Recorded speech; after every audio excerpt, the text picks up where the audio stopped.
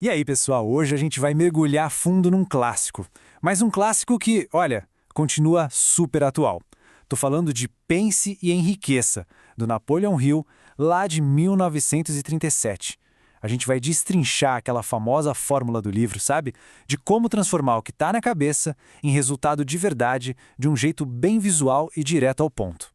A grande sacada do livro é basicamente esta aqui. A ideia de que sucesso, de que riqueza, não é questão de sorte, sabe? Ou de alguma coisa externa. Não. É um processo, um método mesmo, que começa e se sustenta inteiramente dentro da nossa própria mente. Então, para a gente entender bem essa estrutura, nosso roteiro vai ter 5 partes. Primeiro, a gente fala da chave de tudo, o pensamento. Depois, vamos para a fundação, que é o jogo interior. Em seguida, o plano prático, o jogo exterior. Aí, como manter o motor ligado, sustentando o momento. E para fechar, como a gente supera os medos e parte para a ação. Bom, é aqui que tudo começa de verdade. A base de tudo é que pensamentos, quando são persistentes, sabe, e bem organizados, eles são a matéria-prima, o tijolo de qualquer grande realização. E o ponto-chave é exatamente este. Não é só sobre querer muito uma coisa, é sobre ter um processo estruturado. O simples ato de colocar um objetivo no papel é isso que dá o start, que começa a transformar a energia da mente em algo concreto, algo que dá para tocar no mundo real. Ok, agora a gente entra na primeira fase da construção. É a hora de programar a mente para o sucesso. O trabalho interno, aquele mais pesado, começa pra valer agora.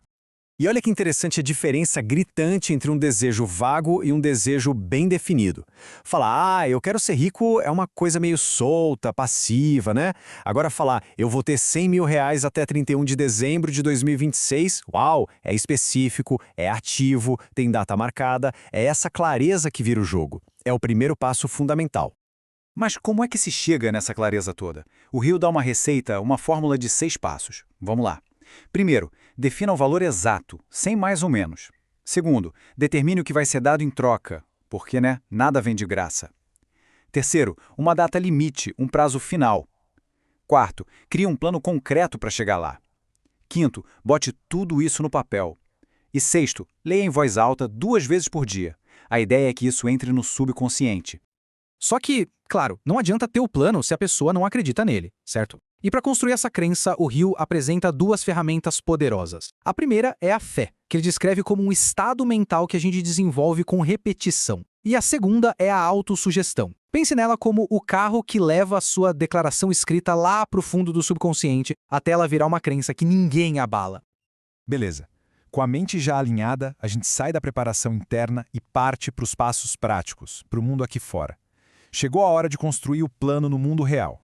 E para transformar aquele desejo numa estratégia que funciona de verdade, são necessários 3 ingredientes. Primeiro, conhecimento especializado. Não é saber de todo um pouco, é saber aplicar o conhecimento. Segundo, imaginação. É como se fosse a oficina da mente, onde a gente mistura ideias e cria planos novos. E claro, o terceiro, um planejamento organizado, com passinhos de curto, médio e longo prazo, tudo bem escrito. E aqui tem um aviso super importante do livro que vale a pena prestar atenção. Os planos vão falhar. É normal.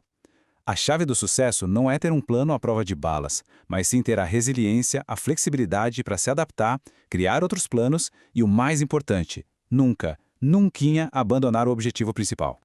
Um ponto que acelera tudo é a capacidade de tomar decisões. O Hill observou que as pessoas de sucesso decidem rápido e, se precisam mudar de ideia, mudam devagar. É o remédio perfeito contra a procrastinação, sabe? E contra aquela paralisia que dá quando a gente ouve opinião demais. Certo, então a gente tem a mente preparada e um plano na mão. A grande pergunta agora é, como é que a gente mantém esse motor funcionando? Como evita que o progresso simplesmente pare no meio do caminho? A resposta está na persistência. Mas calma, não é só sobre ser teimoso ou fazer força bruta. É sobre o esforço contínuo, que vira hábito. É aquela disciplina do dia a dia que, tijolinho por tijolinho, constrói a ponte entre o que está no papel e o resultado concreto. E aqui entra um dos conceitos mais famosos do Napoleon Hill, o Mastermind. O que é isso? Ele define como uma aliança de 2 ou mais pessoas que trabalham juntas em total harmonia por um objetivo em comum. Não é só fazer contato, é quase uma fusão de mentes. E por que isso funciona tão bem? Porque um grupo de mastermind aumenta a potência do cérebro, a energia criativa de todo mundo. Ele também dá suporte emocional e cria uma responsabilidade mútua, um segura a mão do outro. E, claro, abre portas para contatos, para conhecimentos, para oportunidades que sozinho seria muito mais difícil de alcançar. Bom, chegamos na reta final, a fase decisiva. Agora é a hora de encarar de frente aqueles obstáculos internos, os nossos sabotadores, e finalmente dar os primeiros passos de verdade. Pensa bem, com um roteiro desses, tão poderoso, tão detalhado, o que é que ainda impede a maioria das pessoas de ir em frente e conseguir o que querem? Qual é o grande obstáculo?